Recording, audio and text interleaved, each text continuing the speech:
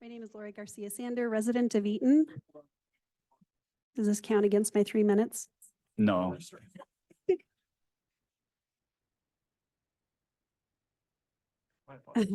Thank you. Good evening, Mayor and Board. Thank you.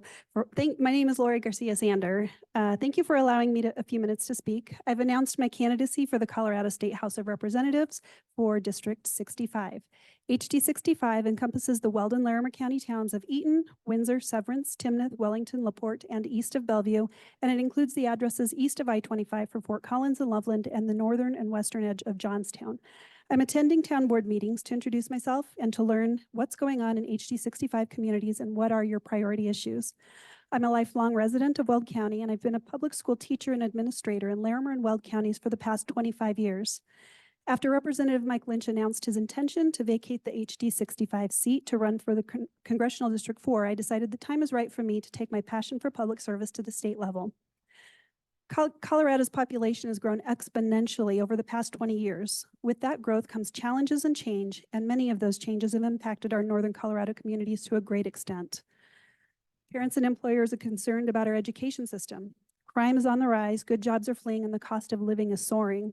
These failures did not happen in a vacuum. They're a direct result of some of the decisions made at our state capitol down in Denver.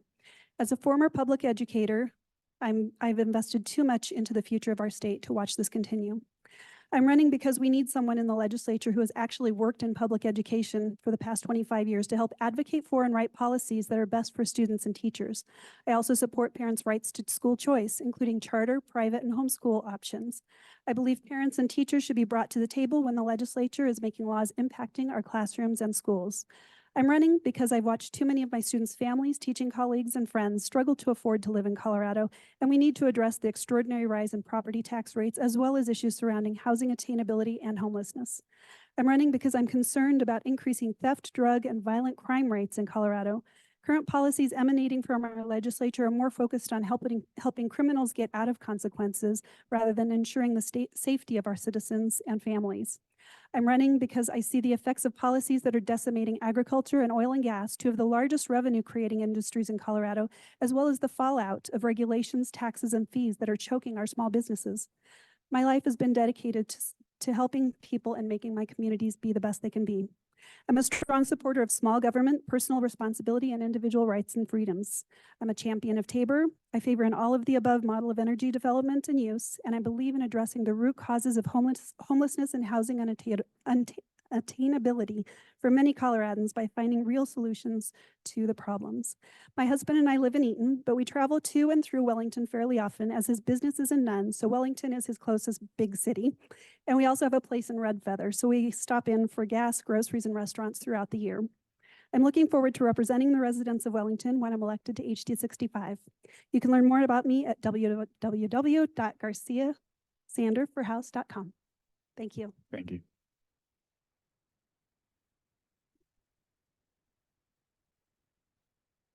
All right, no more further public comment. I will now close the regular meeting and open the Liquor License Authority Board, time being 6:35 p.m. Mr. Clerk, please take a roll call. Trustee Wiegand. Here. Trustee Teets. Here. Trustee Gator. Here. Trustee Mason. Here. Trustee Daly. Present. Mayor Pro Tem McDonald. Mayor Shosse. Here. Thank you. We still have a quorum. Thank you. Are there any opening comments from the clerk on this item? We'll give you a moment, sorry. Always rushing.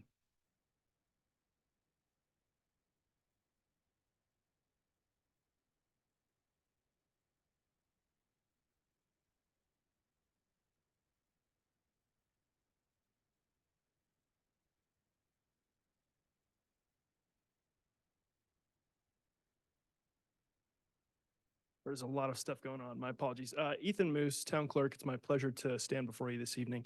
I wanted to very briefly discuss the structure for the Liquor License Authority Board this evening, just specifically with the fact that there's a consent agenda and an action item. This is not something that I have done during my tenure, but as I was looking through previous records, I noticed that this was something that the board did. And after chatting with Mayor Shosse, about it. He supported proposing a consent agenda action item structure for the Liquor License Authority Board. So with that said, I'm certainly happy to receive any feedback that you might have, but for this evening's agenda, that's the way that it's structured, and look forward to working with you on these items in the future. So that's all I have initially, Mayor Shosse. Perfect. Thank you, sir. Will the board secretary please read the title for item C.1.a? C1A, consent agenda, Ridley's Family Markets Retail Liquor Store City Renewal Application. Do I hear a motion on the consent agenda before the liquor licensing authority this evening? I move to approve the consent agenda. I'll second. Mr. Clerk, make a roll call, please. Trustee Daly, Yes. Trustee Mason, Yes. Trustee Teets, Yes. Trustee Gator, Yes. Trustee Wiegand, Mayor Shosse. Yes. Thank you. The motion carries unanimously, and the consent agenda for the Liquor License Authority Board is approved. Thank you. Mr. Clerk, will you please read the item for C2A? C2A, Special Event Permit Liquor License Application for Green Events, Inc. So good evening again, Mayor Shosse, members of the board. Green Events, Inc. has applied for a special event permit liquor license in accordance with the provisions of the Wellington Municipal Code. A review of the application found that the applicant is in good standing with the Colorado Secretary of State. It is in compliance with the limits on annual permissible special event permit liquor licenses in accordance with CRS 44-5-1053. They have permission to use the premises from the property owner. They have paid applicable fees to the local authority, and they have planned to implement service control measures to restrict the scope of service of beverages, alcoholic beverages specifically for the duration of the event. In accordance with Municipal Code Chapter 2, Section 1220D, notice of the event has been posted conspicuously on the premises for 10 days prior to the consideration of this application. At this point, I'm happy to stand for any administrative questions that you may have regarding the process for this application. Trustee Gator? So I know typically when we have special event liquor license permits, they have something that actually discusses what their control measures are going to be in terms of certifications or security or something. I didn't see any of that in here. Is that something that's not required, but has generally been provided in the past? I'm trying to understand because normally I see that in there and it was lacking this time.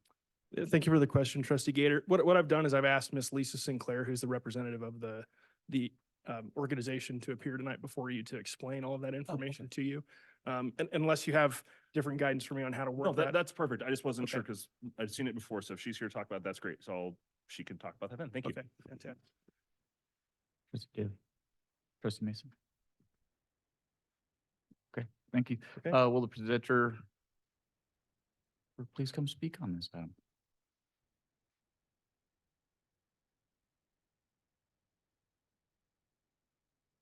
Hello, I'm Lisa Sinclair, representing Green Events. This is the 9th year of the spring equinox race, but our first year in Wellington. So it's my first year going through this process here. Previously, we were at Anheuser-Busch, just south of here. But since COVID, they've never reopened their tour center, and we have not been able to have beer after the race, which is surprisingly important to many runners. So we are very excited to move to the town of Wellington, partner with Sparge Brewing. And we did the special event liquor license because we're going to utilize the vacant field, which is next to the brewery. So we're outside of their licensed premise. As far as control measures, we submitted a site plan. So we're going to do metal event fencing to set up a beer garden area.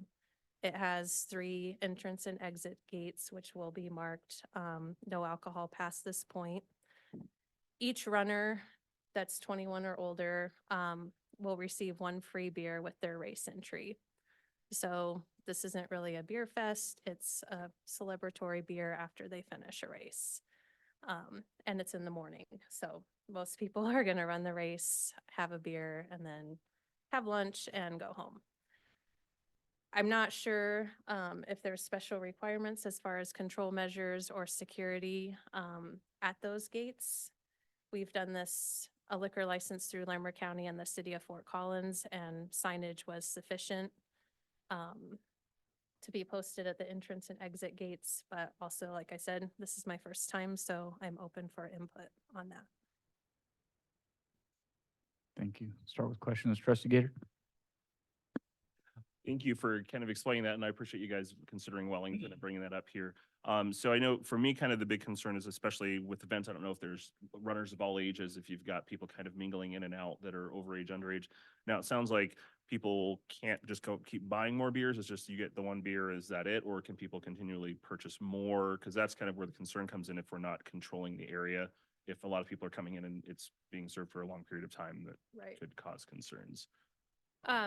So sorry, I forgot to mention, we will have a beer ID checkpoint where they will show their ID and get a wristband that says 21 plus, because the race is open to all ages. Their bib will have that one ticket that they get free. Obviously, we'll also have friends and family and spectators. If those people want a beer or runners want a second beer, they would be going into the Sparge Brewery and purchasing directly from the bar. Okay. And then Sparge Brewery staff will be serving the beer, and they are all tips trained. Awesome. Yes, so that's typically, just for future reference, I know that's one of the things that they talk about, is that highlighting that. So it's great to hear that you guys have that going on, is they'll talk about the tip certification. I think that answers the questions that I had. Thank you. Trustee Daly? I don't have any additional questions, but thank you for considering Wellington. No questions here. Appreciate you guys considering us, and I think Trustee Gator covered most of the big topics I was going to ask, so good to go there. Trustee Williams? No questions, but appreciate you guys coming in. And what is it, a 5K or what? We have a 5K and half marathon. Okay, thank you. Trustee Teets? I have actually participated in this event All right. previously, so I'm excited to see you guys transitioning over here. It was a bummer that everything that had happened with Budweiser, but Wellington is more than happy to take that kind of situation and welcome it here. Being someone who's ran all the Spartan races, I didn't drink beer afterwards, but I know that there was a lot of people who appreciated that opportunity afterwards. I'm grateful that you're not going to be openly serving and selling booze in the fenced-in area, that they'll go inside to purchase their alcohol. So no, I am excited to welcome you and happy to see where this is going to go. I know that this will bring people, because the race is large, so it'll bring people from all over Colorado. I think of Wyoming too. I have met people that come down and run from Wyoming. So nope, looking forward to it. Thanks. Yeah, thank you for considering Wellington. I think we really look forward to doing this. At this point, I'll open up the public for any comments from the public on this item. Going once, going twice, sold. Fair enough. All right, do I hear a motion on this item? I move to approve the Green Events Incorporated application for a special event permit liquor license. I second. Awesome. May I get a roll call, Mr. Clerk? Trustee Daly, Yes. trustee Teets, Yes. trustee Wiegand, Yes. trustee Mason, Yes. trustee Gator, Yes. Mayor Shosse. Yes. Thank you. The motion carries unanimously and the item is approved. Awesome. Thank you. Thank you, Ms. Sinclair. I will now close the Liquor License Authority Board and reopen the regular meeting, time being 6:45 PM. I'll give you time.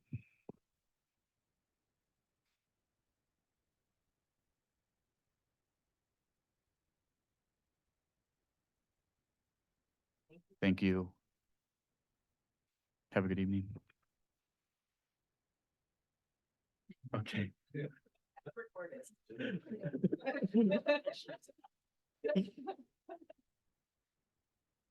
All right, Mr. Clerk, will you please read the title for item D1? D1, Main Street End of Year Report 2023. Awesome. Ms. Caitlin Morris, Town's Community and Business Liaison, will present on this item. Mayor and trustees, it's good to see you. It'll take just a minute to get my screen shared. Yeah, no problem.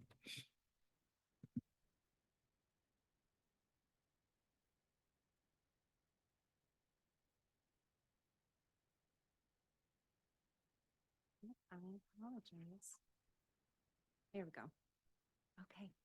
So I'm Caitlin Morris. I'm the Community and Business Liaison for the town of Wellington. And as the agenda says, I'm here to give you a report on the Wellington, Colorado Main Street program. So for anyone tuning in who might not be familiar with the program, the Wellington program is a 501c3 nonprofit organization, and we're part of a nationwide network. So Main Street America is our national partner. And I wanted to talk about a little bit more of the heart of what the Main Street program is about. So if you were to ask somebody representing Main Street America, they would say, this is a movement. This is something that they've been doing for over 45 years in small rural communities across the country. It's really the leading voice for preservation-based economic development across the country. And all of these programs use what they call the 4-point approach. So there's a graphic on the slide here that we organize our work into 4 sort of bucket categories. So economic vitality, design, promotion, and organization. At the bottom of this slide, you'll also see an icon for the Colorado Department of Local Affairs. They are our statewide coordinating partners for this program. So they work with all of the Main Street programs across Colorado.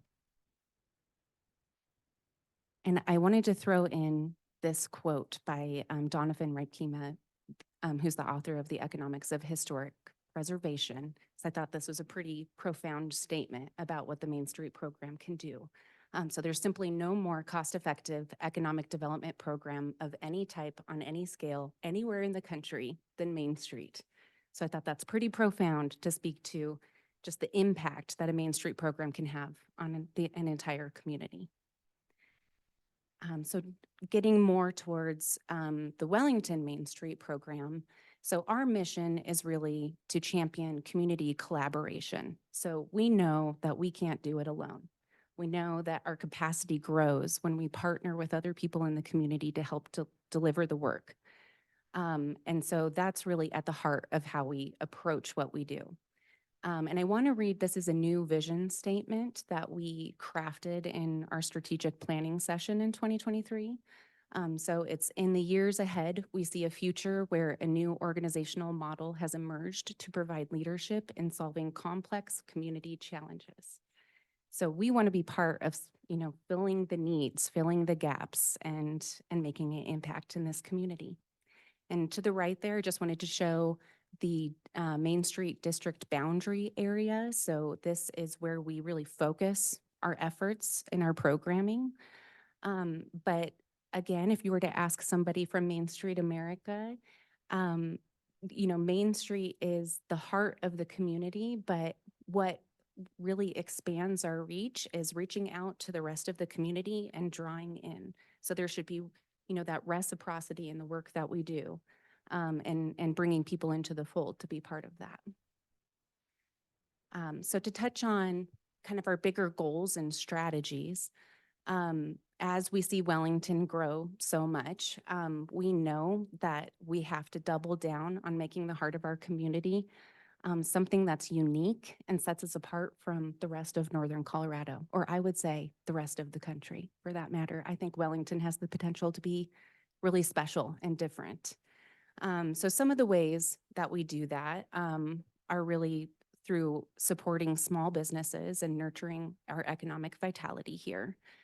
So you'll hear me talk a lot tonight about strategic partnerships because again, we believe that we can't do it alone. We're better together, and our partnerships really increase our capacity to make an impact in the community. To name just a few, the town of Wellington, obviously, the Wellington Chamber of Commerce, some of our other local nonprofits, the American Legion, the Kiwanis Club, just to name a few that we're continually working on. We have a number of community events that we deliver annually, and we really see these as tools to bring our community together. So this is where you really see our culture, togetherness, those celebratory times that we have together as a community. So we love to use those as a tool to bring attention to our Main Street district area and bring people downtown to support the businesses here. Fundraising and grants are absolutely at the heart of the work that we do. So everything that we put on our work plan, we have to find the money to be able to do that. So figuring out how we fundraise sustainably in the future to support the program for the long term is a big goal of ours. And Main Street programs in general have access to a lot of different funding opportunities that other nonprofits might not. So that's just a special benefit of being a Main Street program. Additionally, we want to provide as many resources directly to our businesses as possible to help them survive and thrive in our community. And a lot of that is just promotion of our downtown area. So just constantly talking about what we're doing, increasing our marketing reach in the region. And then generally the beautification of our downtown. How does it look and feel when you come to hang out downtown? So to get into some of the work that we did in 2023, oops, I apologize. I'll start out with events because I think they are so fun and they really are a great tool to use to bring our community together. So I wanted to list a few of the events that I have some data to share with you guys on. So the Wellington Brew Fest is not necessarily one that we are the coordinators on, but we're a partner in that and we're the beneficiary of the funds that are raised through that event. So 2023 was, we had about 450 attendees and we raised a little over $5,000 from that event. If you've been along for the ride of Brewfest, this might sound a little bit less than it has in previous years. But there was a lot of weather last year, if you guys remember. So Brewfest was a very rainy day. We just didn't sell as many tickets on the day of the event and simultaneously had some other competing events in the region. So, didn't raise as much as we have in the past, but we're still excited about what we got. We have done the Main Street Market. Last year was the third year of doing the Main Street Market. So we hosted 11 markets. A few of those did get canceled again due to weather or impacted by weather. But across the course of those markets, we saw, at least more than 1,000 attendees. We had 30 or so local businesses participate, and this was the first year that we collected sponsorships for the market. It actually ended up being our biggest fundraising event of the year. We also had the Fall Food Truck Festival, and if I were to say what my favorite event of the year was, I would say it was Trick or Treat down Main Street. So over 5,000 attendees from our community came to this, 50 local businesses. It was just a wonderful showing from the community. And I have a couple slides here to just share some pictures from these events. And I also wanted to talk about other events that we collaborate on. So, we worked with the town on Veterans Day and the 4th of July.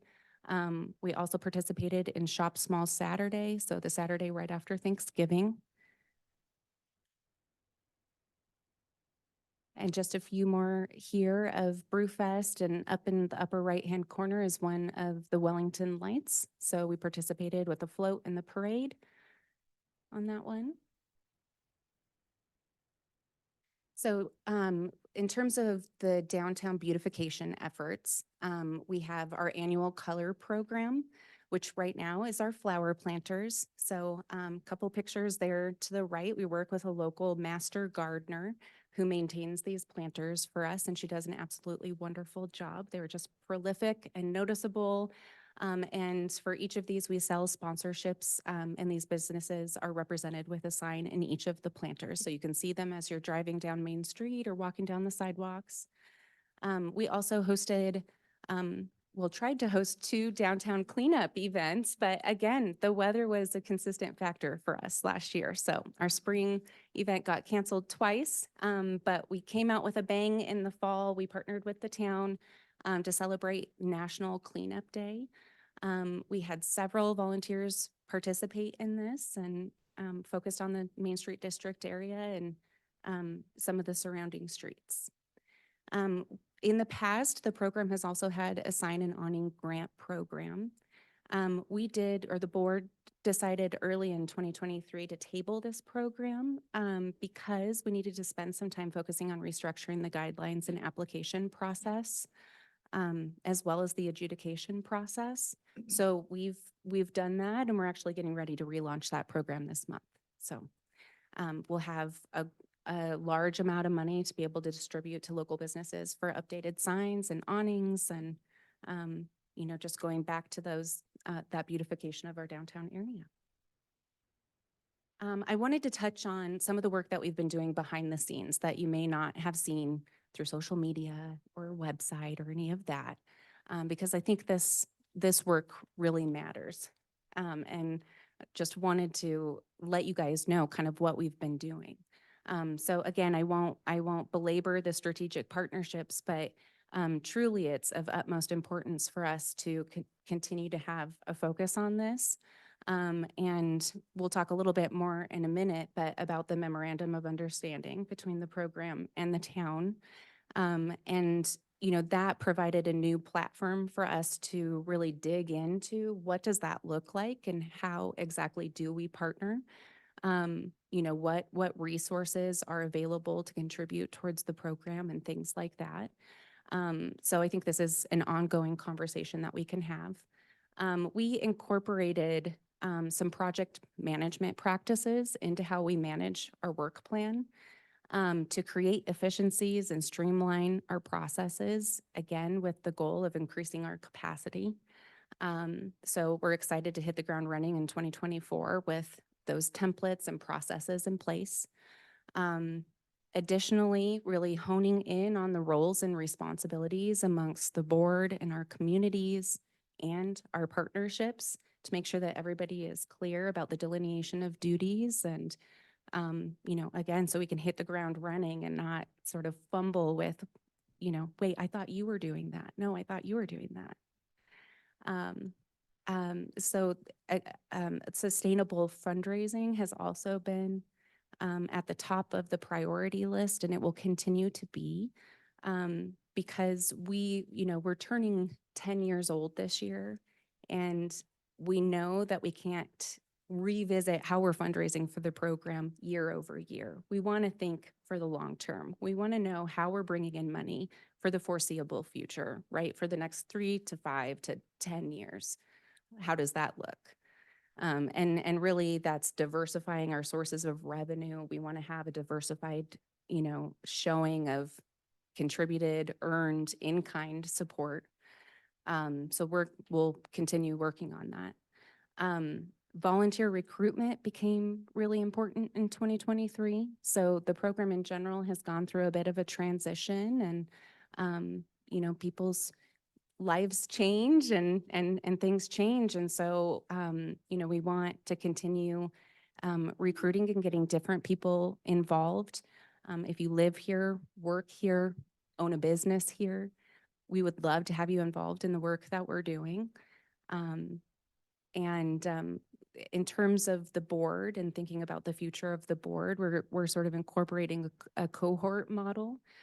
So we can have some shadowing of new board members with the leadership on the board, that really speaks to the growth and transition of the board as we move along.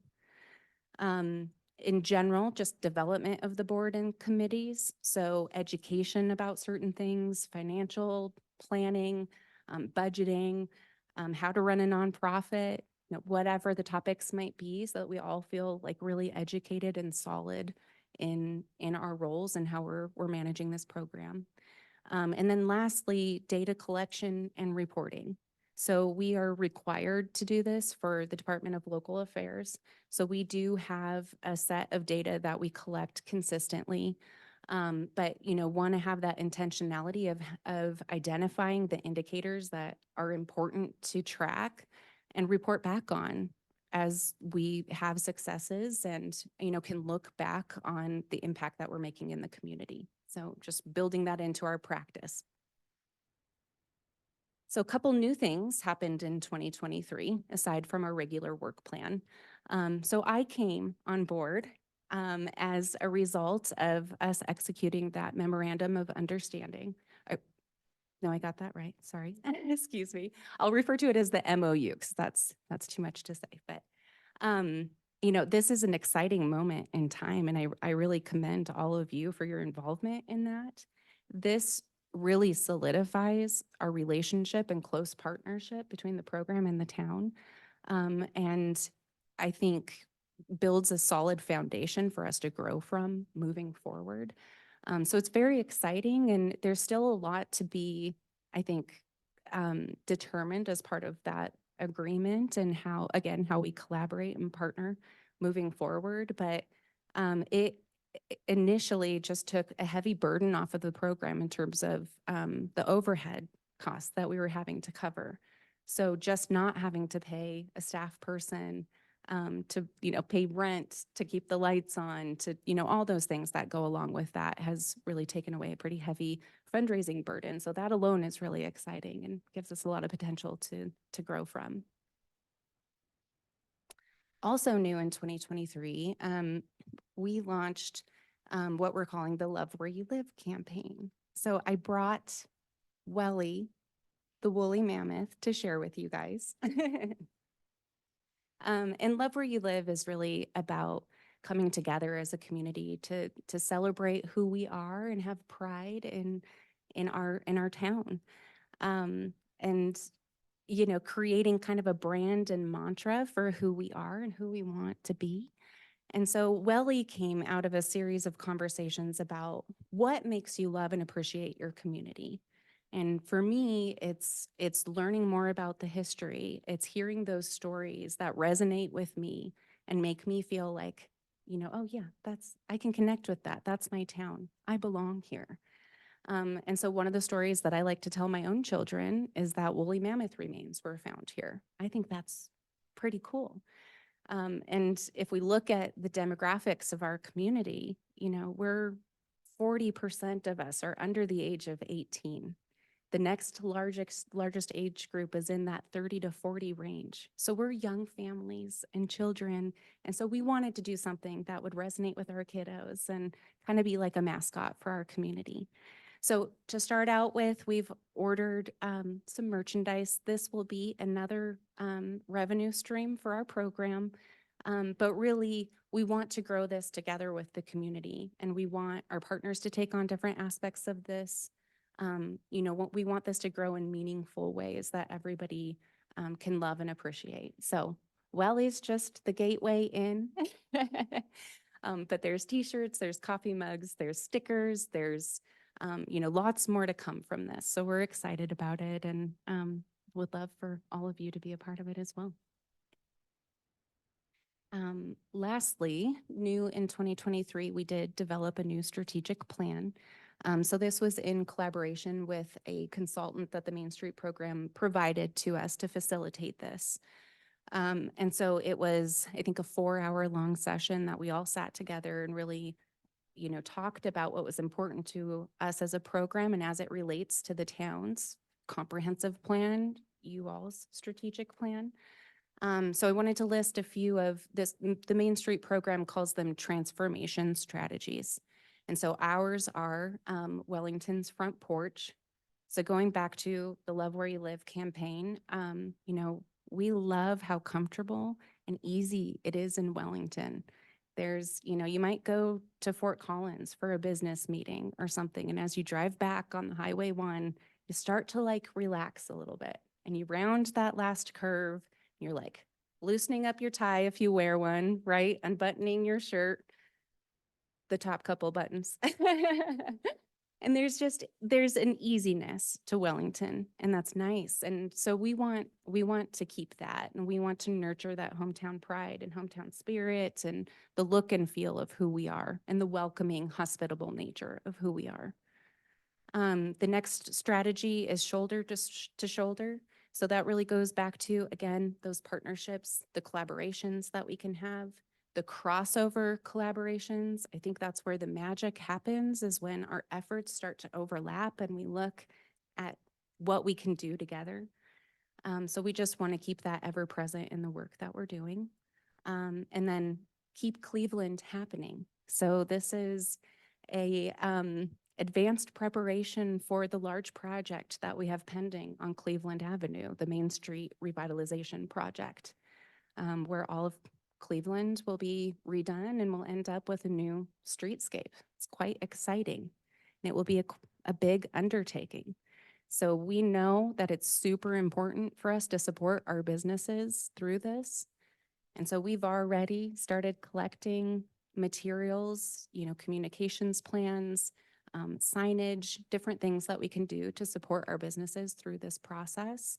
So that's really what that strategy is about, is just preparing for what that impact is going to be and continuing to focus on what the result will be, because it really will be so wonderful.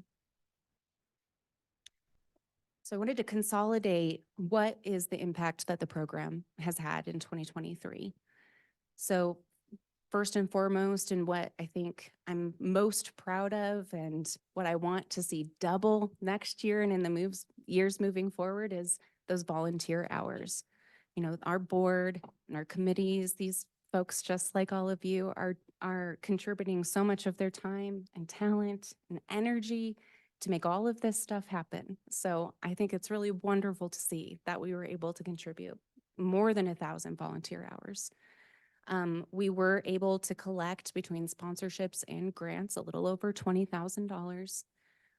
And we reinvested more than $31,000 directly in the community. And then as we added up the estimated number of attendees at all of our events and different programs that we did, that we had more than 8,000 people involved in the work. And it's likely that, you were at 2 or 3 events and that's captured in this number, but that's 8,000 unique representations in the work that we did. And where our community is a little more than 11,000 right now, that's a large percentage of people who have been involved. So that's exciting to see. So we just re-elected, just brought on 3 new board members. Wanted to introduce you to who your 2024 board of directors are. So Erin Jerome is the president. Erin's been involved with the Main Street program for several years now. She is a Main Street business owner and very involved in the community already. Nicole Bear is the vice president. She's also been involved with the Main Street program for a few years, also a Main Street business owner. Roy Cook, who's our secretary. Roy is a local business owner, also part of the American Legion, so great for that kind of partnership connection. Kelly Carroll is our new treasurer, and Kelly has been in this community for many, many, many years. She's had her business Pet Express for, I think, 20 years or longer, and has been involved in the community in a lot of different ways. Blair Peterson, born and raised here. I'd be surprised if you haven't met her. Go to the Wellington Grill if you haven't. Sophia Moore, she's a local business owner. She owns Sawdust and More, so she's just a wonderful artist and has participated in the Main Street markets. And then Kristen Hamill is actually a seasonal staff person with the Parks and Rec Department, and also owns a local business. All right, and I think we're almost to the end. So I wanted to touch on what we're doing in 2024 and what you can expect to come. So I think I mentioned earlier, the program's turning 10 this year. And we felt like that's quite a milestone and something that we wanted to celebrate. The Wellington Main Street program developed from kind of the entry-level program with the state of Colorado up to the graduate level in a very short amount of time. We're one of few communities in the state of Colorado that's at that graduate level. So we want to celebrate that. We are, we feel proud of those accomplishments, and we are also a nationally accredited program. So that'll happen in June. We're still determining that date. We also want to grow the Love Where You Live campaign. We're going to hone that sustainable fundraising strategy. Some of the feedback that we received in 2023 was, I didn't know that was happening, or you could market things a little bit more. So we've budgeted a little bit more money towards that, and we just want to be intentional about increasing that regional marketing reach. We want to expand our existing program offerings. So what are the layers of things that we can add on to what we're already doing? Back to that, we want to have, efficient and effective operational processes. We know that our capacity is limited when we're not efficient. So that's an important aspect of how we want to manage the program. Continuing to develop those strategic partnerships and continuing to discuss the memorandum of understanding and how that manifests in our relationship with the town. So that is all that I have for you this evening. I did want to point out that for our listeners, you can find more information on our website at wellingtonmainstreet.org or follow us on Facebook and Instagram.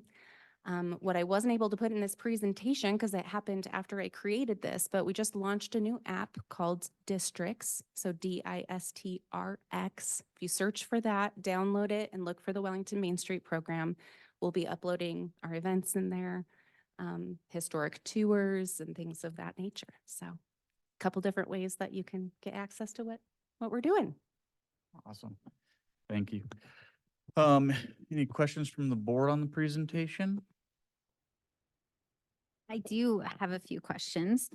So I love the fact that you guys are working towards the connectivity and working on your strategic partnerships and items like that. One of my questions is how do you connect with the rest of the business community? So to get them, I noticed when I had requested the budget just because of the fact that taxpayers' dollars pay your salary. So I just want to make sure. And I noticed you guys are 10,000 negative on fundraising. So do you have any tentative plans to connect with more than just Main Streets? And how do you imagine seeing that connection moving forward so you guys don't continue to fall into that negative with fundraising efforts and items like that? Yeah, great question. So on kind of the negative number from 2023, fundraising in 2023 was a challenge, to put it lightly. I think, and we've talked with other Main Street programs and other programs in the community, and everybody really had a similar challenge. I think the economy, recession, inflation, all the things, people just didn't have as much devoted to that discretionary budget as they have in the past. I also think that, when I first came on board, the prior board before I came on had decided to go from 11 to 7, and the 4 folks who left were all in leadership positions. And some of the events that were kind of baked into the fundraising went as well. And so some of the events that we had anticipated to have to make up that deficit just didn't happen last year. In terms of connecting with the businesses, we want to continue that outreach and visiting all of our businesses and having those conversations. So we're planning on hosting 2 or 3 Main Street district business meetups throughout 2024 to increase that connection. To speak to your question about connecting with the rest of the community, I have also consulted with other Main Street programs across the state about kind of how to do that. I think this is a consistent problem that Main Street programs have is, we do have a boundary area that we need to focus in terms of devoting our funding efforts. But that doesn't mean that everybody isn't included and welcome in our programming. And so what we've initially started planning towards is something called a Friends of the Program model. So to where we can go to businesses who aren't located in the Main Street district area and say, we want to promote the events and things that you're working on, or we want to collaborate in this way, or will you come and set up a booth at, the Main Street market? Or, this can go a million different ways, just really considering how businesses want to get involved. So we want to nurture that program and really go out in the community with that and invite everyone to be involved. I think there's a place and there's a way. So does that kind of answer It does you're kind of getting at? answer it. Yes. Okay. Yep. So the other question I have is, are we aware of how many businesses have closed in 2023 on main streets? Well, in the main streets bubble, I guess is the best way to put that. Yes. Yes, we are. Are you looking? Yeah, how many? For a number? Okay. And I might say I'll get back to you on this, but I'm going to say it's 4 or 5. And, you know, we do have vacancies along our main street that we want to be intentional about working on how we can fill those vacancies. So connecting with those property owners, landowners, and really having conversations about how we can activate those areas and support new tenants in those spaces. So yeah, it's something we're really looking at and really want to improve. Our businesses are vital here, and we want them to be able to not only exist but thrive in this community. So it's eye-opening, and it's high on the priority list. What would you working on. say do you do like entrance, like with the Main Streets program, if you have businesses that do leave, do they say or give any kind of feedback on what the biggest hiccup is? Because at the end of the day, this is kind of what we have to focus on, is how do we fix the gap to where we're securing this safety net for businesses, because it's mostly small businesses that do open on Main. So how do you secure that gap? Because you can only eat so much at a restaurant or shop so much at a store. How do you secure that gap? Is it cost of rent? Is it the cost of insurances? Have they said anything on why? So I have a new sort of practice that I didn't have in place prior to some of this happening. I wish I could have had sort of those interviews or exit interviews to understand more. So in my other hat and kind of on the town side, I'm part of the NOCO Ready group. So it's the Regional Economic Development Initiative. As part of that group, there is a working group that's specifically for business retention and expansion. And so they've developed, it's a pretty short questionnaire, but they deliver this to businesses in the region. So sent that out, I think in November of last year. And actually Wellington had a really high response compared to other communities. So I've got some good data to look at from those. And moving forward, my plan is to, have these conversations and really hone in on those questions to better understand what our businesses are experiencing and what resources and efforts would really support them in doing better in Wellington. So I think that's one side of it. I think the other side is just encouraging the people who live here to really shop local and come spend time downtown. That's really important to us as a program. So just increasing our reach and awareness of what businesses are here, what they do, and supporting them in growing and expanding here in our community. So I think there's a lot of different ways, and I look forward to maybe getting into some of that, but initially I do just want to collect that data and better understand what our businesses are experiencing and how we can come in and support them before they decide to go. Right.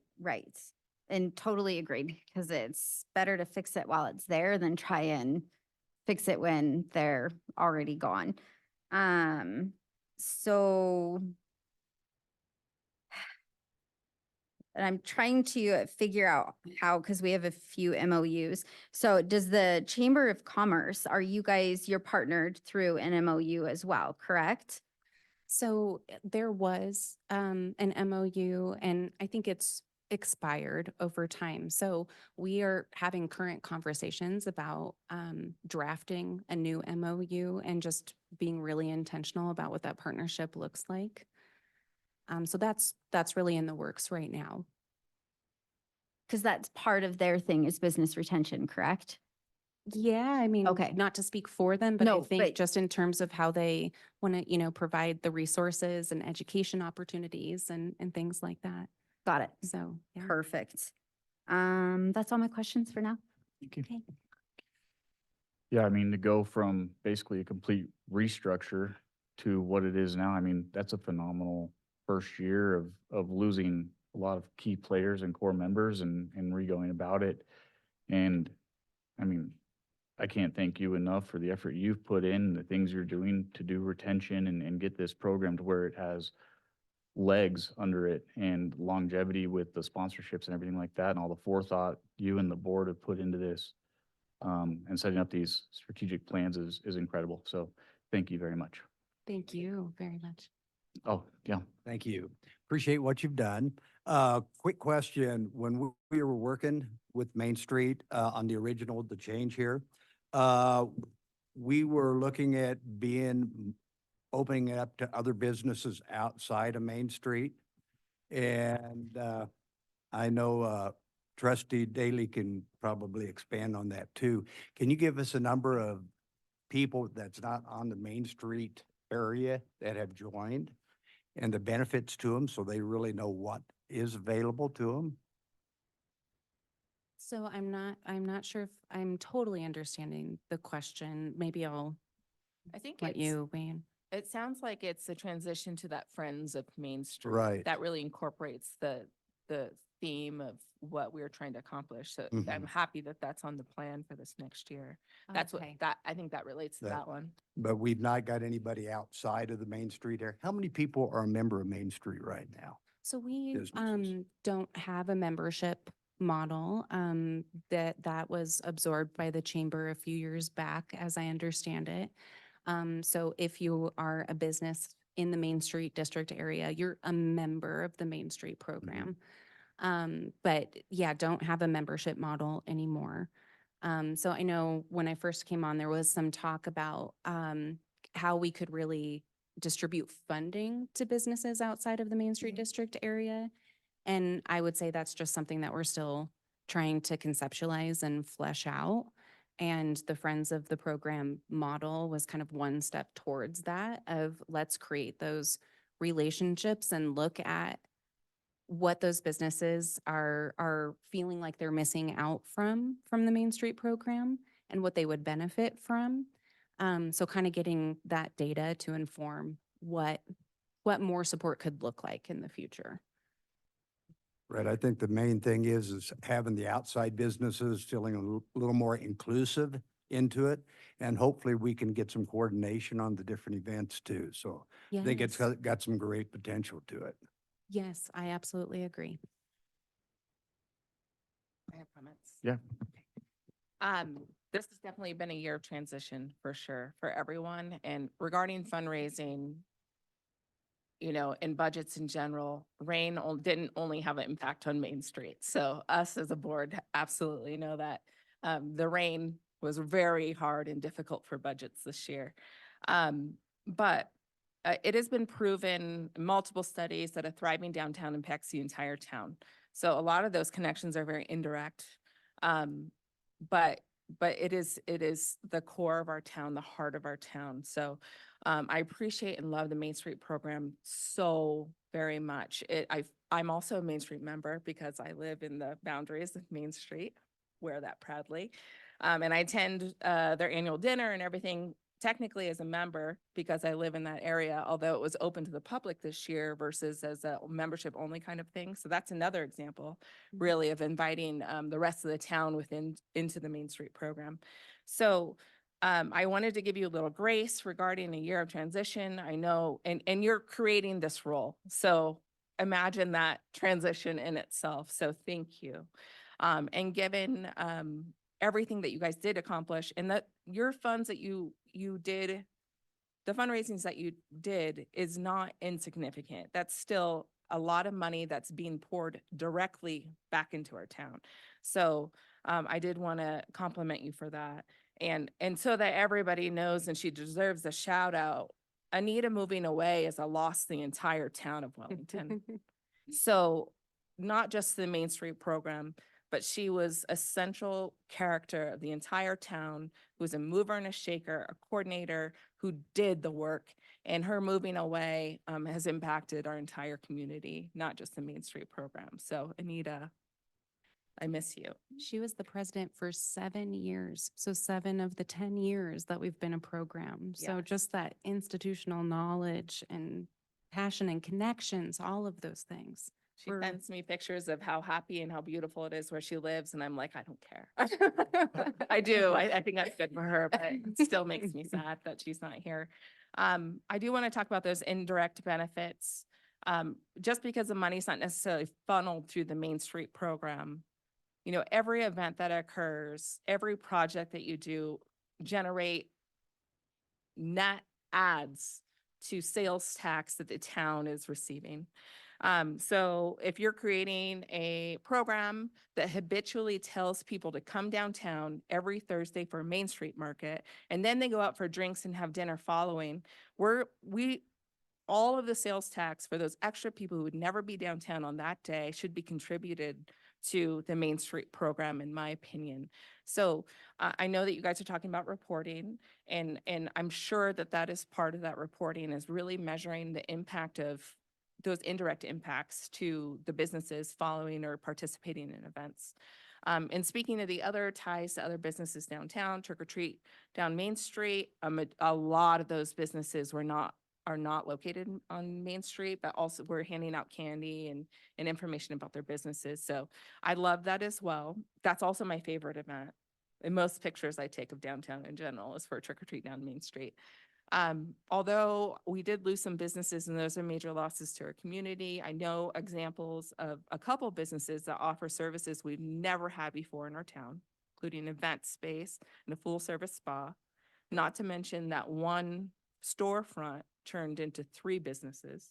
So I do want to compliment that too, and I know that they're receiving support from the Main Street program. The quality partners and businesses, I love that you guys are focusing on this in the next year. There's room and opportunity for improvement here. So I appreciate so much that you guys reference the comprehensive plan and strategic plan when you guys are working on your strategic plan.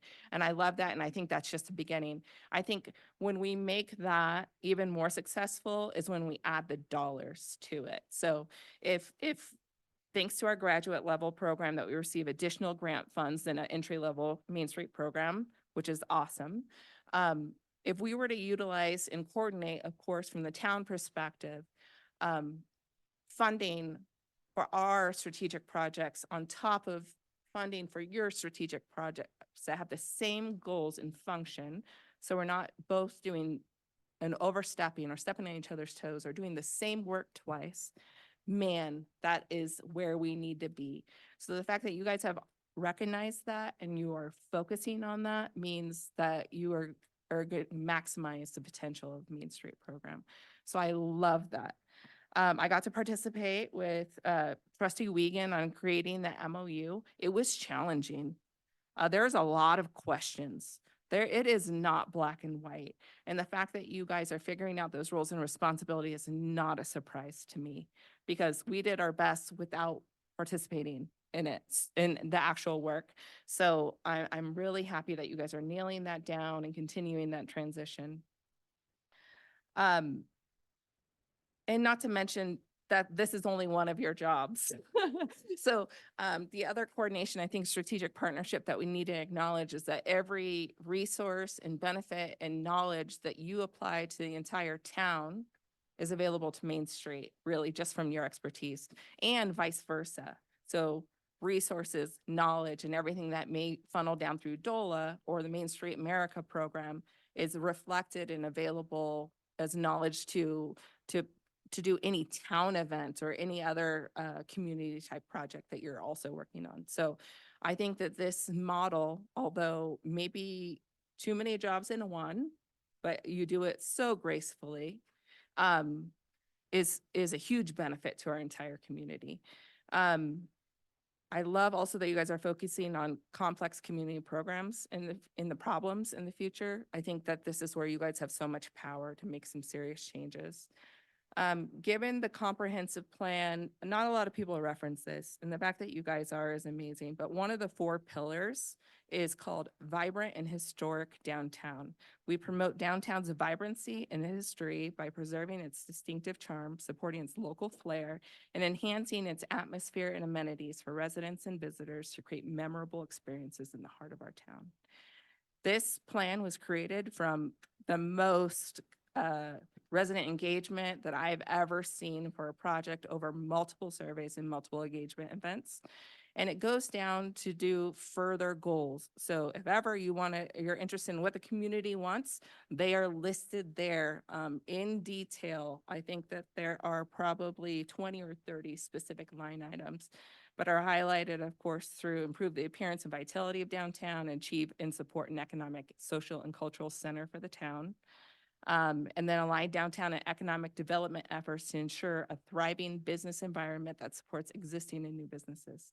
The other one has to do with floodplains. So that our whole downtown is encompassed with. So not as directly, well, obviously that will really impact you guys, but those are those major goals of our plan. And within our strategic plan, we talk about promoting small business feel and responsible growth. So you guys are covering it all, and it is amazing. The last thing I want to talk about is this concept of community pride. Talk about indirect benefits to our town. People aren't proud. People don't shop local. People don't wave at their neighbors. People don't do any of these things unless they're proud to be where they are. They consider themselves from Wellington. I love this town. I want to spend all my money here. I love my neighbor. I know them. I love my neighbor. I know him. I love my neighbor. I know him. That is the thought and culture that will save Wellington. That's what makes people invest in our town. That's what makes people who live here open businesses in our town. And so you guys are the core of that. And I don't think you get enough credit for it.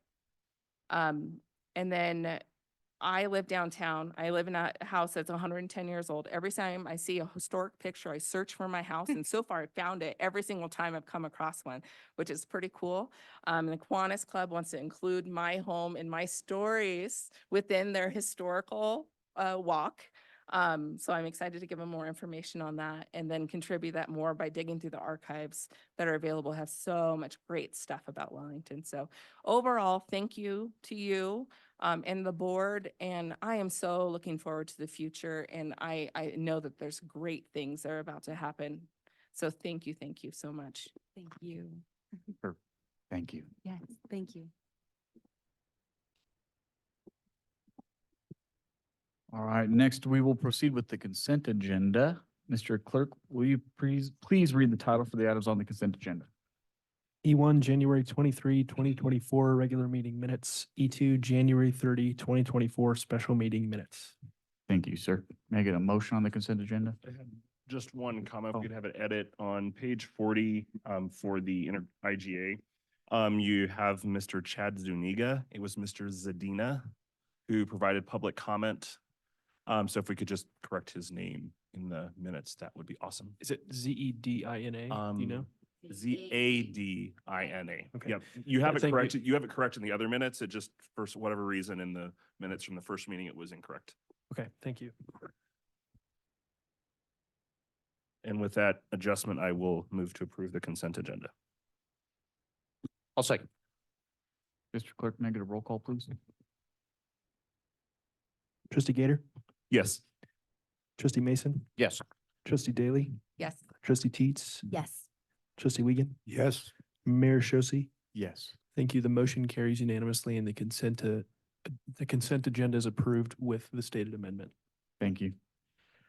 Now we'll move on to action items. Mr. Clerk, will you please read the title for item F1? F1 continued resolution number 10-2024, formerly 07-2024, approving an intergovernmental agreement between the town of Wellington, the town of Berthoud, and the town of Timnath concerning a joint agreement for animal control services with NOCO Humane. Thank you, sir. Mr. Cody Bird, Director of Planning, will present on this item. Thank you, Mayor. Good evening, Mayor and Board. Cody Bird, Planning Director. I'll keep it really brief. One of the things I wanted to highlight is this particular item is also associated with the next item on your agenda. Those are two separate actions, so they're presented separately, but they're related to the same subject matter. The board had requested a work session on this subject matter topic. That's scheduled for next week, February 20th. Therefore, it makes it kind of unnecessary to take any action on the two items on your agenda, except to move those out to a later date to allow time for that work session to happen. We recommended March 12th as being the next regular meeting, so our recommendation was to table both this action item and the next action item on your agenda to March 12th. Thank you, sir. Any comments from the board on that? Perfect. Any comments from the public on that? No. With no further comments, do I hear a motion?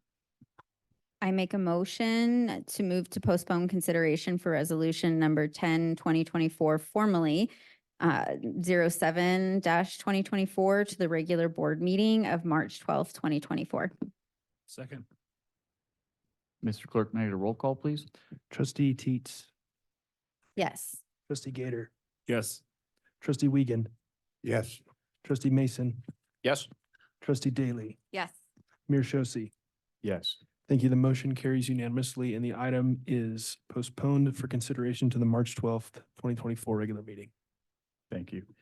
Mr. Clerk, will you please read the title for item F2? F2, continued resolution number 08-2024, approving a joint agreement for animal control services with NOCO Humane. Perfect. Hearing with what Mr. Byrd just said, do I hear a motion on this agenda item? I move to table resolution number 8-2024 to our regular board meeting on March 12th of 2024. I apologize. Is that postpone or table? Table, there's two That- different words. It's. So we wanna we can postpone, use not it- table. We can, well, Well, table into it, as long as you table to a date certain. If you table without a date, that kind of kills it. Table to a date certain or postpone, what's the correct? We've recommended postpone. Oh, okay, postpone to But March 12th, sorry. Right. I just You wanted to changed words on clarify me. really quick. Sorry, postpone to the March 12th, 2022 meeting. I second. perfect. Mr. 24. Clerk, Me too. We're going back in time, ladies and gentlemen. may- 2024. do you want that cleaned up at all there? Okay, Mr. Clerk, may I get a roll call, please? Trustee Gator, Yes. trustee Teets, Yes. trustee Daly, Yes. trustee Mason, Yes. trustee Wiegand, Yes. Mayor Shosse. Yes. Thank you. The motion carries unanimously and the item is postponed for consideration to the March 12th, 2024 regular meeting. Perfect. Thank you, sir. Mr. Clerk, will you please read the title for item E3? E3, resolution number 11-2024, a resolution amending the fees charged for research and retrieval of public records and amending the town's policy regarding the Colorado Open Records Act. Thank you, sir.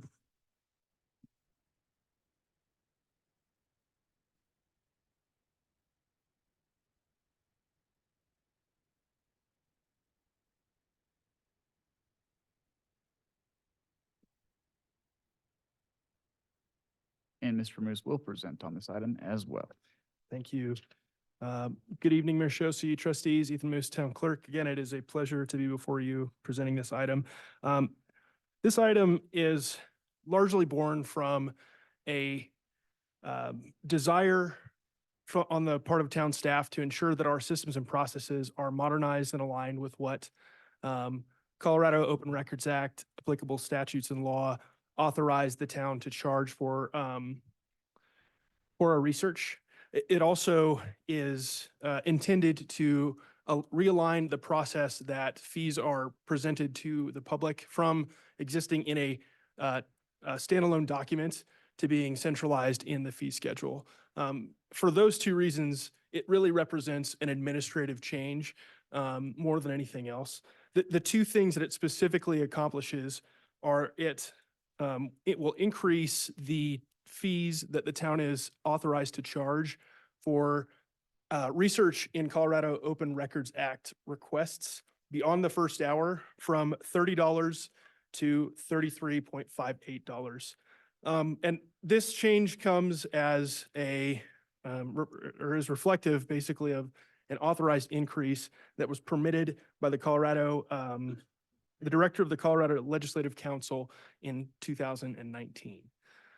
The fee for this research level was initially established in 2014 at $30. It was subsequently approved for increase in 2019. And so that is the first of the two proposed changes that this resolution would accomplish. The second then is to make a small amendment to one section of the Colorado Open Records Act policy that the town maintains. What it does is it removes verbiage stating that research will be charged at $30 an hour. And it in essence says that the charges for research beyond the first hour will be established by the Board of Trustees and may be amended from time to time, published in the fee schedule and on the town's website. So with all of that said, again, I would just highlight that it is largely an administrative change that is intended to sort of streamline the process that we use to present information to the public and also permit staff to accomplish our roles. With that, I'm very happy to take any questions that you may have on this item. Thank you, Mr. Clerk. Any questions from the board on this agenda item? Start with Trustee Gator. Perfect. So I just wanted to clarify two things. So are we required to charge the $33.58, or that is the maximum we can go up to? It's the maximum permitted that we're allowed to, Okay. to charge. Got it. There is no requirement that we charge anything more than $30. Okay, got it. And even then, $30 is not a charge that is required under law. It is simply what exists in the town's core policy as Got it it. currently exists. Okay. And then I know you had showcased the letter from the council showing the reasoning and thought process behind it with inflation, which is great. Who is it that determines when that number changes? Is that legislature based? Is it just the Colorado? Who makes that determination? I believe it's section 2472-205 CRS talks about how every 5 years that specific entity or person, if you will do a reassessment Okay. of that level. And they're authorized to make changes every 5 years. It's based on a consumer price index number that is established by the Bureau of Labor Statistics, I believe, and then reflected in that office as an Okay. entity, if that makes sense. That does make sense. Thank you. The only thing that I would like, and we're not changing anything else in our core policy. Everything else has stayed the same in terms of what's required, what you can request, can't. None of that's changing. It's literally just the fee portion. It's just a reference to the fee Yeah. schedule. Perfect. And then the board approves that level and can change it. It would then cause the core policy not to change Okay. because the policy already references the fee schedule. The one thing that I would like to ask, and we can figure out the wording for this, because just the way it's worded, I understand that it's driven based on this entity setting that, but our policy doesn't state that there's an actual cap. Because what it sounds like right now when I read the Board of Trustees hereby orders the town's core policy be amended regarding reference to fees for research and retrieval to reference the fee for research and retrieval as may be approved by the Board of Trustees and from time to time, I think it's supposed to say and changed.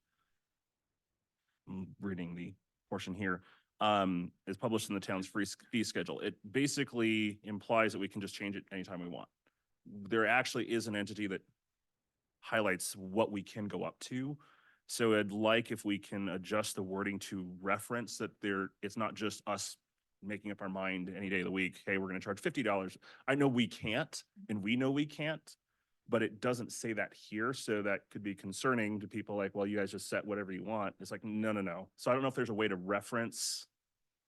I would defer to So I don't know from a legal probably standpoint. Mr. Sepien's on that. I think it's a relatively simple change, but Okay. I'd like to, if there's a change you'd like on this policy, I'd like to bring it back at another time. Great. My only guess is maybe just like not to exceed the whatever rate, whatever the name of the entity sets. To me, it's a super simple, but again, I don't know the legal ease I'd behind like it. to look at the statute and see the reference in statute to it. So if you'd like to make a change like that, I would like to bring it back with that amendment. Okay. That would be my preference, but that's kind of my thought in the rest of the Could be board. put on consent with that change if you'd like. Yeah, I'd be happy for it to come back to consent. Literally, that's the only change that I'd like to see. If the rest of the board is okay with that, and we can throw it on a consent agenda next Yeah. meeting. Thanks, Smart. So do you want me to move then to table this to our next regular meeting? Or, Well, what? Oh, sorry, other people should talk first. yeah. Yeah, you're fine. Sorry. No, you're fine.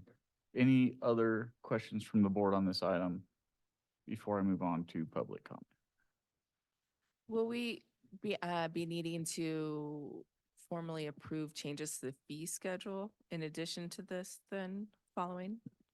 The Or is resolution this that's drafted here adds this accomplishing new what item the- to the fee schedule, but then when that fee schedule comes back, of course, the plan is to bring this fee schedule back on a regular basis and at least once a year. So next time you see the fee schedule, this will be on there. But the resolution accomplishes that, both items, amends the policy and makes that change. Okay, great. I just want to make sure it covered both. Thanks. Wait, now I have an additional question from that question. So will we not be charging until we amend the fee schedule then? Because people will look it up online and see the 30.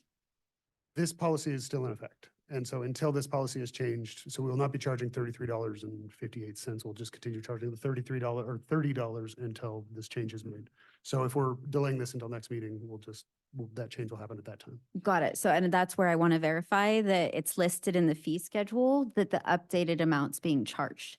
I think This that was resolution the, The resolution states that the new amount will be added to the fee schedule. And so the resolution will change the fee schedule that we publish online.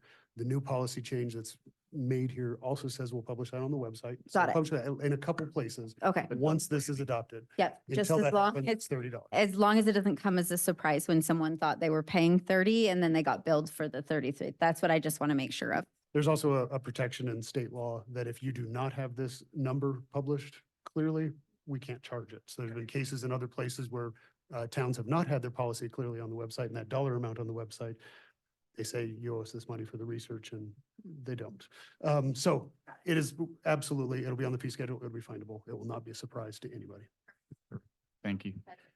No, you're good. Any comments from the public on this agenda item?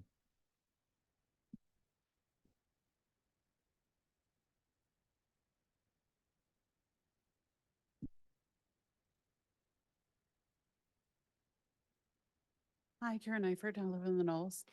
So I was wondering, when I tried to get public record, I was told at the time it was, what was the lady that was here before? Crystal, that she was on her way out. And so it'd be difficult to get the public records of what I was requesting of. And I wasn't told it was just $30 for that first hour. I was told that that was for like every hour, and I was quoted over $700 to get a piece of information that, and my request was just for how many homes were their elderly population or other populations being forced out of their homes because of the request of the town of Wellington employees. And I was literally told that'll be over $700 and you have to pay us this much up front. But they had no idea how much time it would take. That was just somebody spitballing. So my concern is, you're going to raise it up this little bit, and then every time that it's raised up, it's going to be a little bit more. And I would like something written in there that there will not be exceeding that in the hours following. It needs to be laid out exactly how many hours that they can charge that for and how many hours, what the rate is for the hours following that. And I think it should be also that you agree after so many hours to go over it with the staff members of what they have retrieved and see if you need further or not, because I feel like I was completely bombarded by the staff members and saying, oh yeah, it's going to take us over 20, 30 hours for this. Nobody really knows that until you get in and do the work. And I feel like I was lied to and bombarded by it. And I still have not gotten any information because let's be serious. Who's going to pay over $700 to get an answer to a question? And I think that was the whole purpose was, oh, let's slam her with a whole bunch of money and tell her she's got to pay this. Then she won't want to do it. And that's exactly what happened. And I think it was unfair and wrong. So I think it needs to be laid out a lot further in this for what you're going to be charged for that first hour and then what the price is after that. And then I think it should be only so many hours of work done. And then the staff member reaches back out to the person in the community that's asking for this information and say, here's exactly what we have right now. Is this going to be sufficient or would you like me to keep going? And then you guys talk about how much it's going to be for the next lot of time or whatever. I think there should be check-ins. I don't think it should be an open book of like, oh yeah, it took me 40 hours to get all this information. I think it should be like 5 hours and they should have to check in with the person back that asked for this information so that the community member is not slapped in the face with oh yeah, you owe me $700. I think that should be at the choice of the community member that's trying to find the information. And I think that would hold the staff responsible and reliable for the information that they say they're providing. And I think that that should have to be recorded time, just like anybody doing any research paper for anybody else or doing any research for our company. If I do research for our company, I've got to log my hours and I've got to prove that I was doing that work during that time. And I think that is well earned by any citizen willing to pay to find out public information. And that is transparency. And all of you, staff, and all of mayor and the trustees, you guys use trust all the time when you're talking to us. Put up then. We want the information. We want to trust that we're actually getting the work done. It's being done. It's being researched, and we're getting what we asked for. It's our money, and it's your duty. Thank you. Thank you.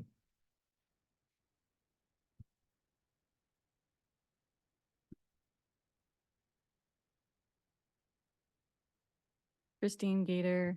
I like what Karen said. I know that Mr. Muhs has been really good about that with me, calling me and telling me that he's used up the hour and would I like him to go further and this is how much it's going to cost. So I really appreciate the work that he is doing. So hopefully that will solve Mrs. Eifert's issue. The other thing is one of the things that were said that the town does not provide that is not open to the records. It says personnel files, including the including part is correct, but personnel files are open to the public, and I just wanted to let the public know that. Thank you. Thank you.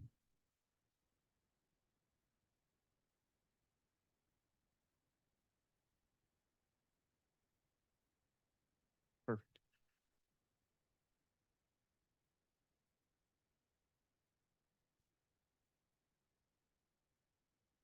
So I guess at this point, yes, Mr. Moose. I do just have, excuse me, goodness.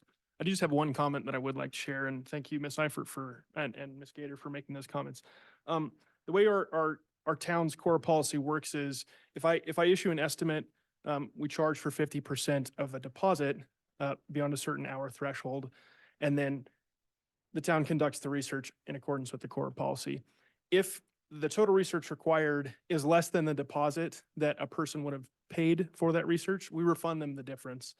And that's actually just happened. Today, we sent the check for a very similar core request that sort of fell into that category. Does that make sense? Mm-hmm. Okay, I just want to make sure that that's clear because I feel it's sort of important to understand. I'm happy to take any other questions you might have. Great, thank you. I have one additional question now. Yep. It was mentioned personnel files. Can you define personnel files? So how does that change? Have there been items that have been denied that weren't supposed to be denied? So the town's core policy and core law also talk about withholdable items. Every time that there is an item that is withheld, I will state the reason that it is withheld to the requestor. If you know, as the records custodian, I believe that an item falls into a category that is withholdable, you know, it's I believe my purview to withhold that item, and I would only do that if it is indeed permissible under policy or law. However, when it comes to the personnel file example specifically, I cannot think of a time just off the top of my head that a request for a personnel item has been made and withheld. Specifically because it is a personnel file. The only example I could think of perhaps is regarding a former employee of the town. I believe there was a request for a resume or something to that effect. Oh, and I'm betting you that was probably me. I honestly can't remember. No, Trustee you're Dees, but, fine. But you know, I guess I just do want to be very clear that the only reason why the town would withhold an item, a record, is if it is permissible to withhold that item under law or policy. Does that make sense? Or mandatory to withhold. Yes. There's the core statute has a long list of items that we must withhold. for a variety of reasons, and there are some that are permissible. So our core policy and and the implementation of it internally, we take very seriously. And there are certain records that are, I mean, can't say it's a blanket exception for personnel files, but it's, there are there's a lot of nuance to that. So if you have questions about any particular item, we're happy to answer it, but. Good question. Sorry. No, Trustee I Dietz? just wanted to say, so I want to thank you for your red lines in this document. It made it so much easier for me, and it's something I would love each document that comes before us that has a red line process to it. I could see exactly what you changed. I didn't have to go back and forth between documents because I am a person that will totally go word for word and see what's been changed. But having these red lines available and showing exactly what you changed, I was just having a conversation with someone about this. It is so much more time saving on our end because our packets, I mean, we can get up to 500 pages in our packets. I am extremely grateful that you did this, and I would love to see our documents do this going forward. I think it would save us a lot of time and questions. Did you do this? Well, it's right here redlined. So I am grateful. Other than that, that was my only question. I wanted clarification on the personnel file item. Thank you. And I went back and looked at our core policy. I was looking at core itself. Under our core policy, there's a section that says these items may be withhold, and it just won't, that's really there to give people an idea of some of the items that we might withhold. And it says personnel files, including social security numbers, home addresses, and items like that. So in any record, and this is why the charge for research is so important. Every time we get a request, it has to go through review by the clerk. It goes through review by the custodian who might have that record. I have to review almost every document that goes through there. And we're only allowed to charge $33 an hour. But so with personnel files, there are a number of things, maybe the whole file isn't excluded, but there are detailed items in there that we have to pull out and we have to redact. So our policy is, it includes that list in there mostly so people aren't caught unaware. But of course, if we do deny access to anything, we give a reason for that denial at that time. Thank you. Trustee Gator. And I just had a question, and this can be a later email. It doesn't have to be answered tonight. You said policy or law, so that's where it gets confusing. So is it like if Cora says this is applicable, but then our policy says it's not? Because to me, that sounds like if Cora says you can request this, but then we have a policy that says you can't request this, which. We follow the law. Okay.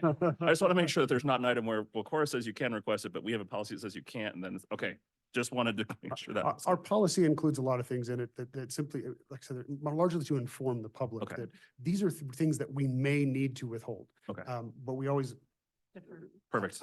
we always look at Cora, the state statutes, Okay. far more than we look at the internal policy for guidance on those things. Perfect. Just wanted to make sure. Thank you. Good clarifying question.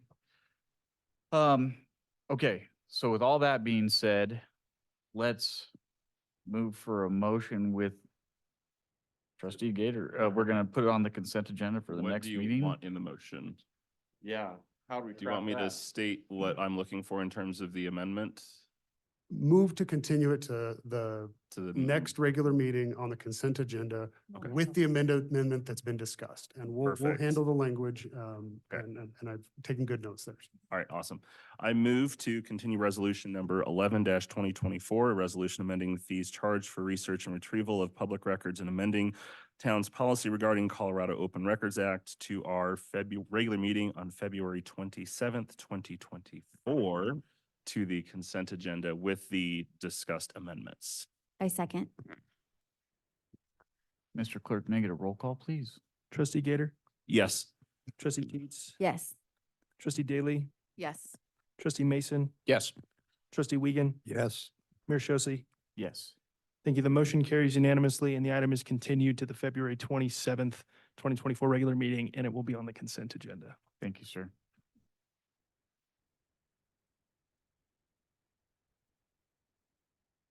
Getting in the steps tonight. Yeah, I haven't done this many since like Harmony.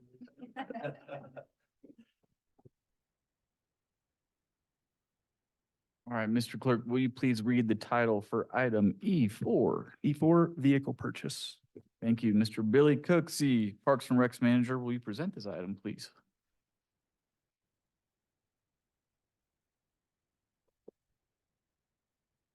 Evening, Mayor and Board. Good to see you all. Evening. In 2022, a Parks truck was budgeted in the CIP for $30,000. That was subsequently amended to $31,546 in June of 2022. Staff at that time did not make that purchase. Due to staff turnover, when I took over the role and assumed trying to purchase this vehicle, the new vehicle market drastically had changed and inventory was not there. Subsequent attempts to purchase this vehicle by town staff and myself were unsuccessful.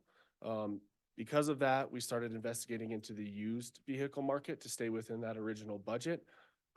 Recently, we had finally identified a vehicle for the purchase price of $28,937.50.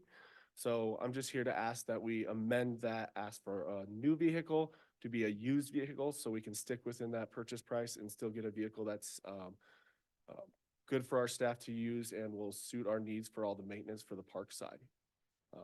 I'm open to any questions. Perfect. Thank you. Start with Trustee Daly. No questions, thanks. Trustee Mason. I did just have one question. I didn't see a mileage amount on the used truck. Do you happen to have that, Billy? It is on the last page of the packet, I believe. It is, right, let me get down to it, 100, 103.88, yep, 837.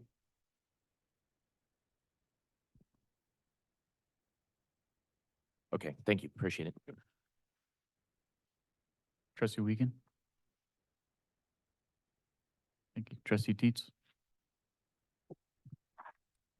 So is the reason you didn't request funds for a purchase of a new vehicle, is there a specific reason for that? Because 100 and some odd thousand miles, is there a reason that request didn't? Two reasons, really. There was no inventory for new vehicle purchases. And when we went back to look at them, they were anywhere from 55,000 plus. And that's just base model without any of the package stuff that we would need. Bed liner, running boards, side beds. So we were looking at 60,000. So basically doubling the original ask. And at that point, we couldn't even get the inventory to have it. So we kind of started investigating into the used market. Because of that, at this point, for that price point, we're kind of stuck with, a used vehicle that has a little bit more miles. But this vehicle is in really good shape, and it also suits all of our needs as just pulling it off the lot for our maintenance. At that amount of miles, we're looking at somewhere between, another 100,000, give or take, by the time we run through that. At least. So we're looking at 12 to 14 years for how we use our vehicles. Which would potentially be a good use of the town funds within that budget. Yeah, it's a diesel too, so I mean, it's not even broken yet. Yeah. And the vehicle that it was replacing was just really starting to be needing to be thought about replaced at about 185,000 miles. So I think it's probably done over 200 at this point. What's the warranty? Sorry, I know do we know? Because do we have extended warranties? Is this something where an investment of, instead of a purchase, looking at leasing and swapping out the vehicle again in 3 years would be more economical towards keeping updated fleet vehicles where you guys aren't having to charge batteries to get them to start or things start falling apart? Diesels right now, my experience has been, they've not been the most consistent on finding parts for them when it's needed. So that would be my one concern with this is, are we going to, warranty wise, is it better to invest the full upfront now and have that extra 100,000 mile warranty? Because a lot of fleet companies will give that 100K warranty with their fleet vehicles if you purchase new. And I just know because we buy fleet vehicles, but is it worth really truly sucking up that cost now to look at eventually having to replace it, trying to find parts for it? Or is it just worth in the front having a vehicle that's reliable that has a warranty on it? So that would be my question. What is that cost difference of If you'd like me to investigate that and do the cost analysis on that, I could do. just as long, if the board is in that situation where they're agreeable on it, I would like to know what the warranty would be on this vehicle. So, because this is what I do in and day out is fix vehicles. Speaking to your parts availability issue, yeah, that was a big problem. For the most part, domestic diesels, especially Chevy and Ford, a lot of those parts have become readily available again. Production's ramped back up, still running into issues with Mopar or the Mercedes products, things of that nature, Ram, just because of their partnership with overseas manufacturing more or less, because a lot of European stuff being used, that we haven't really seen recover completely yet. But I would say this is a smoking deal for this type of truck and this mileage and what it's outfitted with. And to do a lease option or something with an extended warranty and extended warranties, I deal with them quite often too, tend to try to snake out of anything and everything possible to really not cover much. So I would say this is a great buy and something that we shouldn't pass up on to figure out if we should spend more to get something with an extended warranty option that a lot of times those extended warranties, for lack of a better word, are stealing money from their customers in my experience with them, because we deal with those on a daily basis at my facility. That's my 2 cents. We could obviously go around and discuss it. Start with Trustee Gator, since we'll just go in that motion. Perfect. We're talking about like the warranty question, correct, at the moment? Yeah, I mean, yeah, if no, you it's think good. we should, like, investigate a different vehicle or, I think that's what you were asking. Well, just one that comes with a warranty. Okay. Yeah, I'll come back to my comments later once we get through this. I don't, is the short answer. I think that we should continue forward with what is presented. I'll keep it short. Thank you. Purchasing vehicles is very time sensitive, so I wouldn't recommend that we pass on this for this evening. Maybe something to consider for future considerations. But just given how it is to buy cars, I would recommend that we move forward if that's the will of the board. Trustee Mason. Yeah, I think I was somewhat hesitant on first looking at the mileage number, but the fact is with the quote that's in here, a new truck would cost us $47,450, which would be a budget amendment of $17,450. So I'd be inclined to go ahead and pass this. Trustee Wiegand. I agree with that. We said there was 18 years that you're looking to possibly go for from this point? I would say 12 to 14. 12, based on okay, mileage. 12 to 14 And- years. And since we don't do too much heavy damage to the truck with the parks maintenance vehicles, would Right. get out of it. Easy. And About 20 years per truck. Yeah. And if you look at the yearly inflation of vehicles, not going to do anything but get a lot more expensive. So I agree. We should go for it. Thank you. Further comments, Trustee Gator. Perfect. First off, I wanted to say thank you, Billy. I know this is one of the things I'm constantly talking about. What are we doing with the budget? Can we stay within the budget? Can we stay within the budget? I appreciate that you guys, obviously, I know you mentioned that there's issues with challenge, but you looked at, okay, what can we do to help keep that under budget? So I appreciate that you did that and found something that will get you what you need. I know one of the things that I've asked as well is like when we're talking about vehicles, and Mrs. Garcia and I had this discussion is, what is the reasoning behind it? You explained, here's why we're getting rid. It's not passing the SMA. That's a good reason to replace vehicle. So I just appreciate that you explained to us, here's why we need to get this. We're not just buying something because we want another truck. It's like, hey, we actually need this. Here's what it's going to do. And then I appreciate that you guys looked at, hey, can we go at something other than just buying the newest, greatest thing? It's nice to have great new things, but at the same time, we've got a lot of financial concerns. So I just appreciate you guys finding a way to make this work, get the truck that you need, and also keep in mind the town budget. So just want to say thank you for that. And that kind of comes back to my reasoning behind why I don't want to look at other options is when you can purchase something outright, your costs generally are going to be lower. Now, obviously there's maintenance and things, but again, we have staff on hand that does a lot of our maintenance. So we're already getting rid of some of that you would get with a lease. So I just think this is a great way for us to be financially wise with the limited resources we have. So Thank you. Trustees? Perfect. Yeah, I just want to say thank you for bringing this to the board.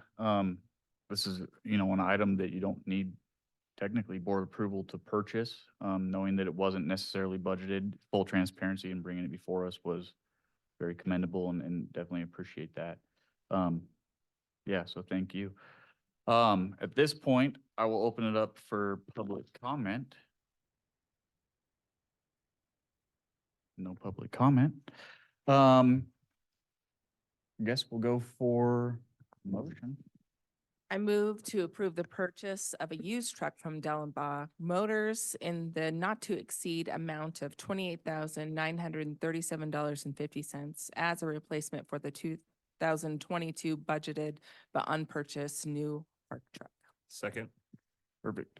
Clerk, may I get a roll call, please? Trustee Daly, Yes. trustee Gator, Yes. trustee Mason, Yes. trustee Teets, Yes. trustee Wiegand, Yes. Mayor Shosse. Yes, Thank you. The motion carries unanimously and the item is approved. thank you. Thank you. All right, on to board reports. Or I guess, sorry, not board reports yet. Any reports from the town attorney? No report at this time. Thank you. Ms. Garcia? I have a couple. So staff is submitting a Fishing is Fun grant this week through Colorado Parks and Wildlife. If awarded, this grant will provide funding for an ADA fishing dock at Wellville Pond, which is pretty exciting. At the end of the month, staff will be submitting the Water Smart grant, which was approved by the trustees on December 12th, 2023. This grant would provide funding to implement an advanced metering infrastructure project aimed at promoting leak detection and water savings within the community. The town is requesting $499,993 from the Bureau of Reclamation. Happily, the Comcast franchise agreement is about completed and will be coming to you for discussion at an upcoming work session. So we're pretty close on that. Been talking with their legal counsel and our legal counsel, and it's coming together really nicely. As of this morning, regarding the animal control surveys, we've had 63 completed responses submitted to the town, which is great. I think it's a great response. We'll look at the responses and get that information to you guys. It'll be probably Monday, if not Tuesday morning, because we have it open until Sunday evening. Last but not least, I've had, in the recent weeks, I've fielded some inquiries from residents regarding the possibility of the town entering into a sole source agreement with Republic for trash services. Staff has not received direction from the Board of Trustees to work on that or look at it or present it whatsoever. So I wanted to make sure and put this out for the public to hear and for the trustees to know that I am fielding calls, and each time I'm explaining that that is not the direction the trustees have provided staff. Perfect. Thank you. Okay, thank you so much. Board reports. We'll start with trustee Wiegand. Trustee Teets. I do have just two. This last Saturday, we gathered to say goodbye to an 11-year town employee, Jerry Menard. He passed of cancer in December, and his family came and allowed all of the community, and it was a very large gathering. And it was amazing to see how many lives this man touched through Smart Start Sports, and the kids that were little that grew up with him were now adults that came and were at his memorial. So just my hopes and wishes that you would keep this family in your prayers, as they had just transitioned to Oklahoma to run mud drags and do everything that they wanted to do during a transition to retirement. So my heart goes out to the family right now. And I know that my first connection with Jerry was my son did Smart Start baseball, and he was itty bitty when he did that. So it's one of those things that we transitioned to a huge friendship later on, and we're part of the mud drags with them. So my heart goes out to them. My other thing is I wanted to thank Miss Garcia and the mayor for the invitation to join the transportation, the I-25 Coalition.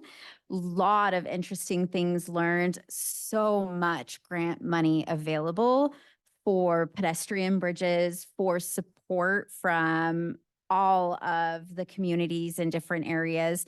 I know that we had Hickenlooper's support staff and also Nagusa's support staff there offering letters of recommendation and letters of support, as well as, I want to say, Shucks McNally. I'm going to pronounce that, Commissioner McNally was also there and offered to write letters of support for safety when it came to supporting the idea of any kind of transportation needs, multimodal systems.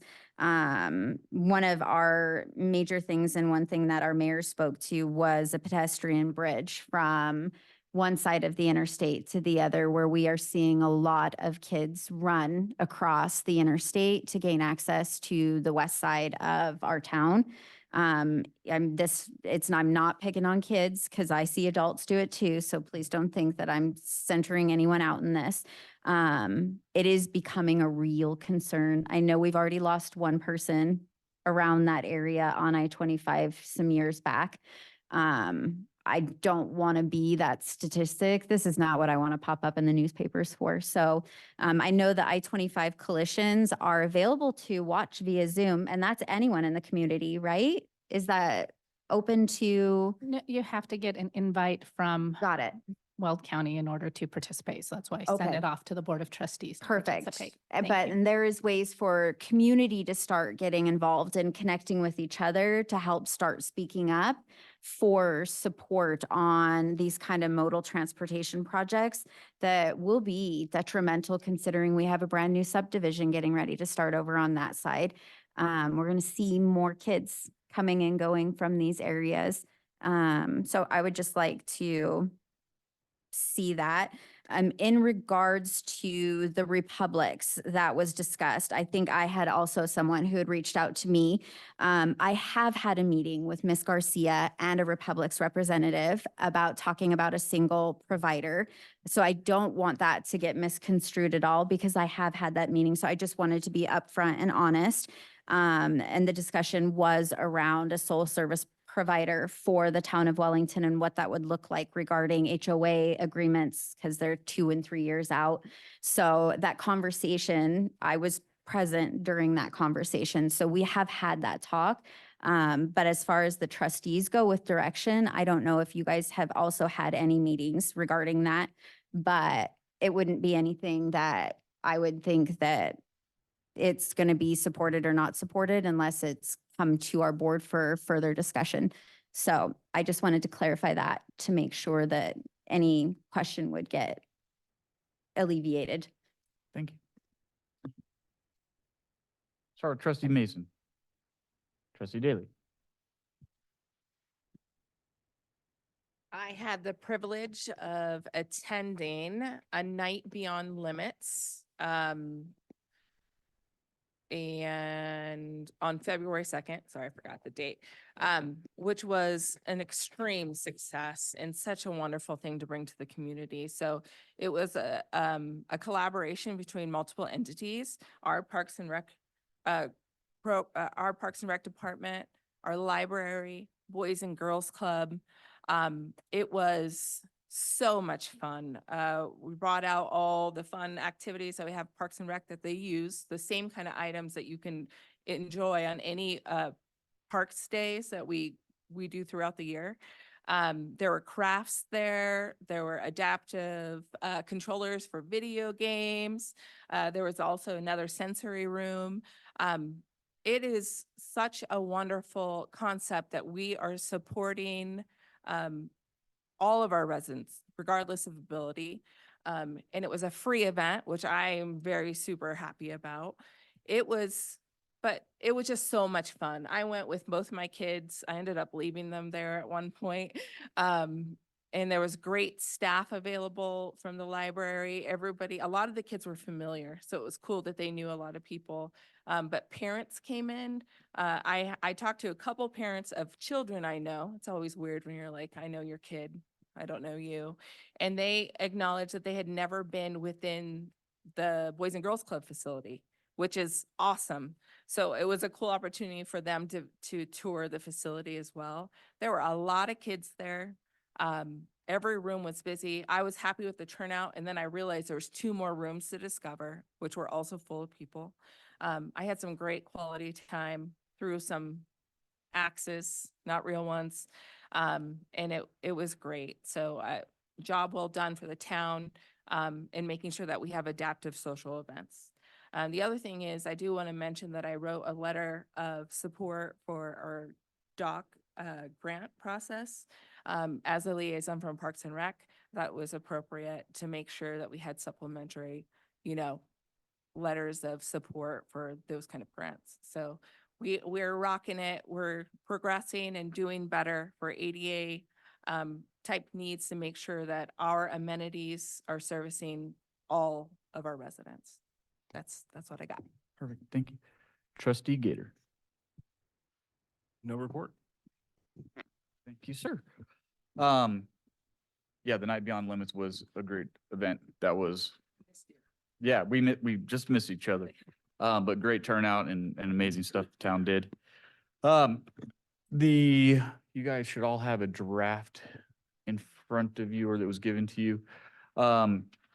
Wellington, Fire Protection District, reached out to Trustee Gator. Trustee Gator reached out to me and Ms. Garcia, for a letter of support.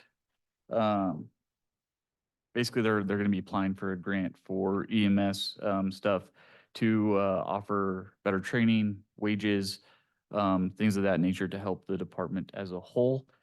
As long as you guys agree with it, I can sign that tonight after the meeting. Okay. Okay, perfect. That's all I had. Yeah. Okay.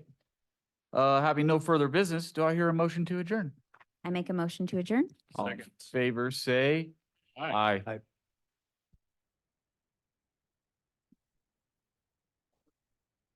Oh, yeah. Meeting's adjourned at 8:22.